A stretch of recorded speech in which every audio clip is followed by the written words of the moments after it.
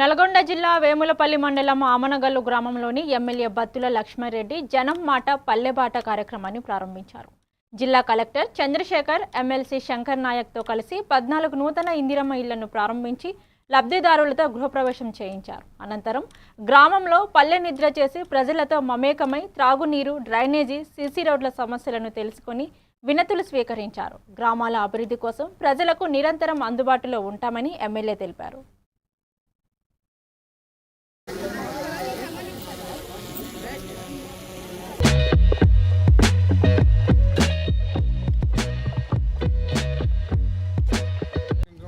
ఆగను ఒక నిమిషం ఆగను.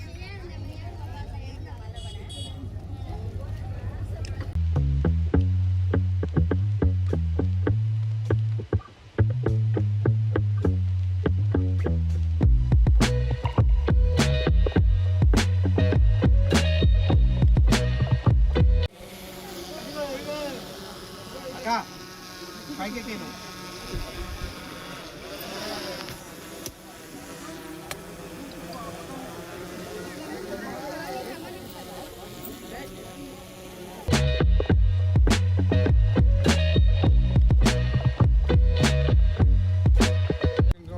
ఆగను ఒక నిమిషం ఆగను.